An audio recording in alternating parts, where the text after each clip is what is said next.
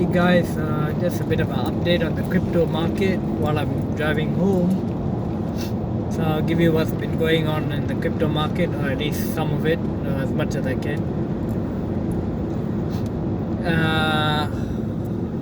What can I start off with? Well, everything's coming along very nicely in the crypto market. We're getting closer to crypto regulations. A lot of partnerships been going on. XRP is performing well. It's gone up a little bit. I think it's about 83 cents Australian. So it's gone up about 20% or whatnot. Yeah, I mean, it's still fuck all, but it's good. They say that the lawsuit, they're gonna have a decision in February apparently. So they've kind of like extended it out a little bit. I mean, XRP it's still cheap to buy. You know, it's still a good time to buy. Yeah, there's a lot of partnerships been going on. Another one, BNY Mellon. It's like a big fund manager in America. BNY Mellon. It's like a multi-billion-dollar fund manager. They have a partnership, or they got approval to custody cryptocurrency in New York. So they are allowed to self-custody cryptocurrency, and that got approved by the New York government. So it's coming along nicely, you know. And it's funny how they blocked Bitcoin mining in New York, but they give BNY Mellon a license to self-custody cryptocurrency, which is big. You know what I mean? And as I've said in all my videos, make sure you keep all your crypto in a hardware wallet. It's very important because it's not safe on the exchange, and have multiple exchanges if you can.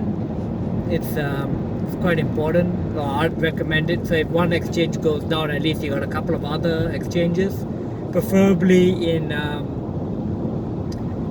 different parts of the world. You know what I mean? Different regions have different exchanges. So have accounts with these exchanges in different countries if you can, because different countries have different regulations with crypto.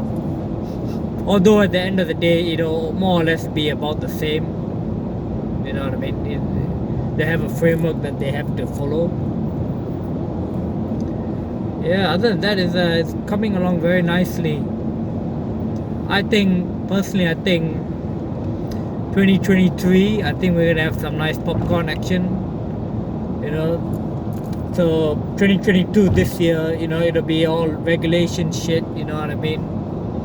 You know, it takes time for this to marinate, but when it marinates, when it fully develops, you know, we'll be rich. You know, the UK will be like the powerhouse. The UK and Singapore, they'll probably be the powerhouse for crypto regulation,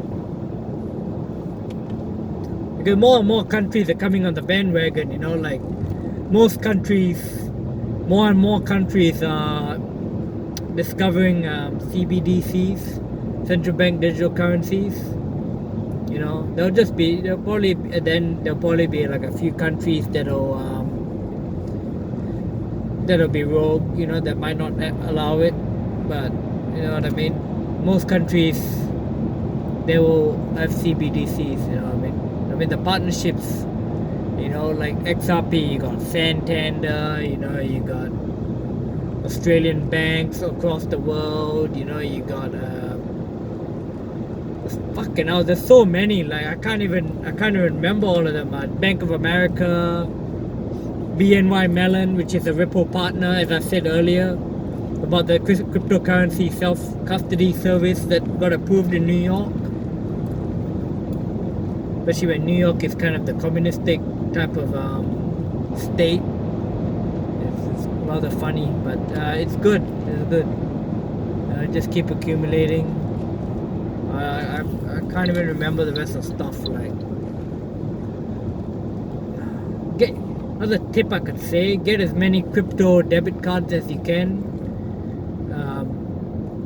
Basically, when it's time to cash out, at least you got a few cards to play with, because different cards have withdrawal limits. So if you have a few of them, you can pull out more cash. Definitely have a way to pull out your your crypto tax free if you can. Even if it means leaving the country, leave it. But just do it legally, you know what I mean? But you don't want to make these fuckers richer, you know what I mean?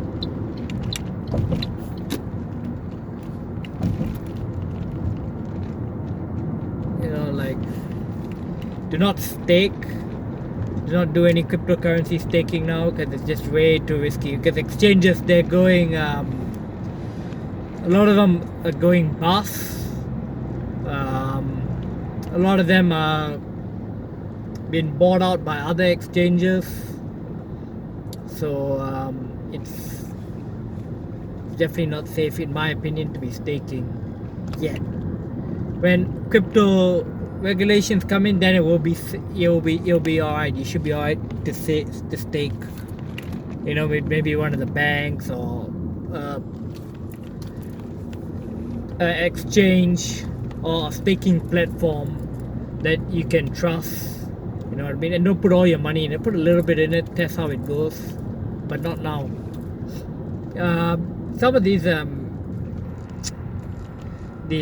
staking platforms, they got insurance.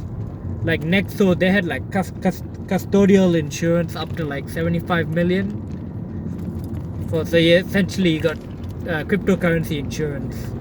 You know what I mean? So if anything goes pear-shaped or gets hacked or whatever, at least your crypto is it's safe. You know what I mean? It's very important. Algorand, that is coming along very nicely. That's another ISO 222 crypto. That's doing very well. As some of you might have heard about quantum computers. Quantum computers are basically like supercomputers, but they are a hell of a lot more powerful. They're like 10,000 times powerful or some shit like that. So so basically these quantum computers, they can process transactions really fast, and we'll probably be using quantum computers in the near future for the new financial system. So Algorand, they have a quantum resistant crypto. Their protocol is quantum resistant against hacks. So you could so it makes hacking a lot more harder when the protocol is quantum resistant. So it's the first crypto that's quantum resistant, and it's ISO 222 crypto, you know what I mean? And not to mention the use cases like for healthcare and NFTs and all that type of shit, you know what I mean? Maybe they might do like tokenization on that ecosystem, on the Algorand ecosystem. I mean, it's coming along very nicely, the protocols. IOTA, which is also another ISO 222 crypto. That's more on the energy side of things, I think. Like decarbonization. What's the other one?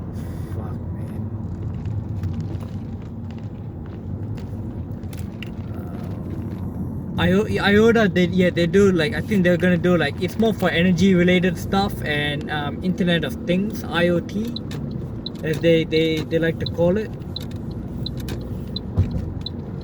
So basically Internet of Things is basically how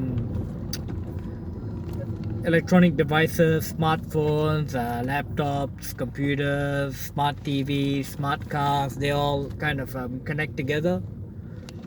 So IOTA handle that side of things, you know what I mean? Handle that side of the business, and it is interoperable with all the other ISO 222 cryptos. They've upgraded their protocol to the Shimmer network. Fucking cat. The Shimmer network. So yeah, that's coming along nicely. You know what I mean? But this improves things. You know what I mean? I don't know. I can't remember what else to say. I think MasterCard. I think. Oh, sorry, Visa, which has a partnership with Novadi. I think they're already involved in crypto. They are. I think they're offering crypto transactions. I think I heard they'll be accepting crypto as a payment. From what I heard, I could be wrong. I think MasterCard's on it as well, but MasterCard they're tracking transactions on the blockchain, like crypto transactions and stuff to like reduce fraud and all that. Also, another big one. This one's very big. India's got a CBDC. They're phasing out their CBDC, central bank digital currency. Got released about a couple of weeks ago. So yeah, it's quite nice. Well, Indian government is not nice, but they'll probably be using Ripple's technology because the Reserve Bank of India is a Ripple partner. You see how all these governments are all in on it, you know what I mean? Anyway, I gotta end this here. I really hope you've learned something, got a bit of insight. Yeah, these news might not be cutting edge or fresh, but I can almost guarantee that some of you would have at least, or most of you would have at least learned something. So hopefully you get some value out of it and keep accumulating your cryptos. Anyway, have a good one. Bye bye.